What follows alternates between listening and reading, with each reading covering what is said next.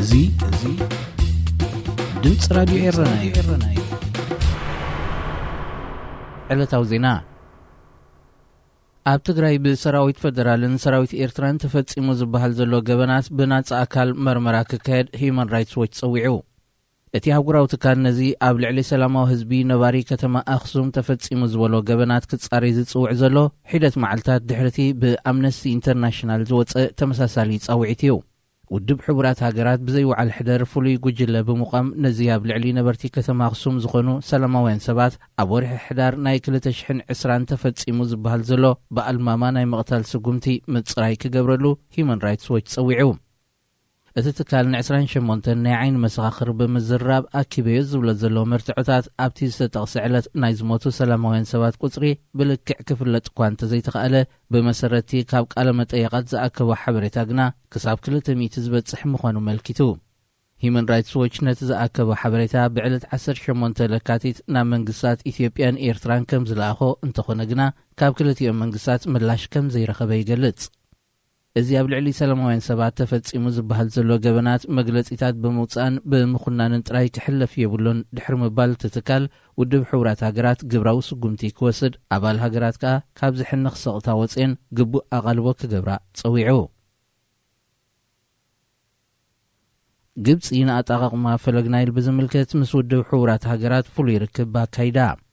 ሚኒስትር ጉዳያት ወፃኢ ግብፂ ሳምሕ ሽኩሪ ምስ ኣቦ ወንበር ውድብ ሕቡራት ሃገራት አንቶኒዮ ጉተረዝ ኣብ ዝገበሮ ናይ ቴሌፎን ዝርርብ ጉዳይ ዲጋ ተሓድሶ በፂሕዎ ዘሎ ደረጃ ብዝምልከት መብርሂ ድሕሪ ምሃብ ብመንጎኝነት ሕብረት ኣፍሪቃ ክካየድ ዝነበሮ ዘተ ምድስካሉ ከም ዘተሓሳሰቦ ገሊጹ።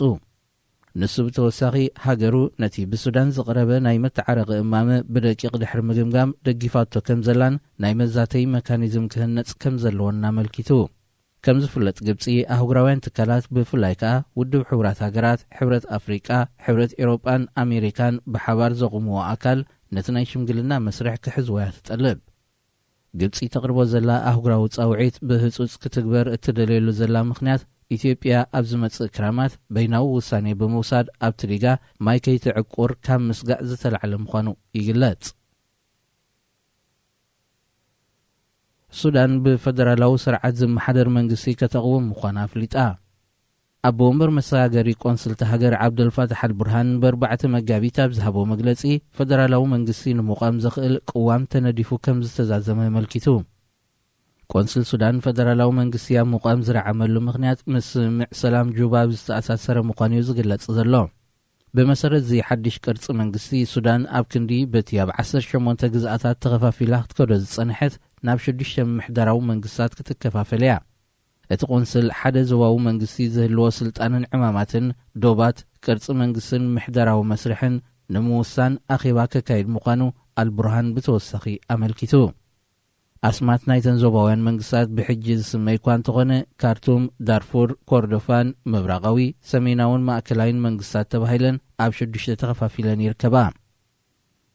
ብኻልእ ወገን ሱዳን ንስምምዕ ሰላም ጁባ ንምትግባር ዘድልያ ፋይናንሳዊ ባጀት ከተፍልጥ ውድብ ሕቡራት ሃገራት ጸዊዑ። ባይቶ ጸጥታ ናይ 3 ሰዋርሕ ናይ ሱዳን ጸብጻብ ድሕሪ ምስማዕዩ ውድብ ሕቡራት ሃገራት ነዚ ጻውዒት ዘቕርብ ዘሎ። ቁጠባ ሱዳን ንኽሕይል ኣህጉራውያን ለገሲ ዝገብረኦ ደገፍ ብውዱን ቅርፂ ንክኸይድ እቲ መንግስቲ ሓድሽ ማዕከን ክኸፍት አንቶኒዮ ጉተረዝ ኣቐዲሙ ጸዊዑ እዩ። ዜና ኣብዚ ይፍጸም።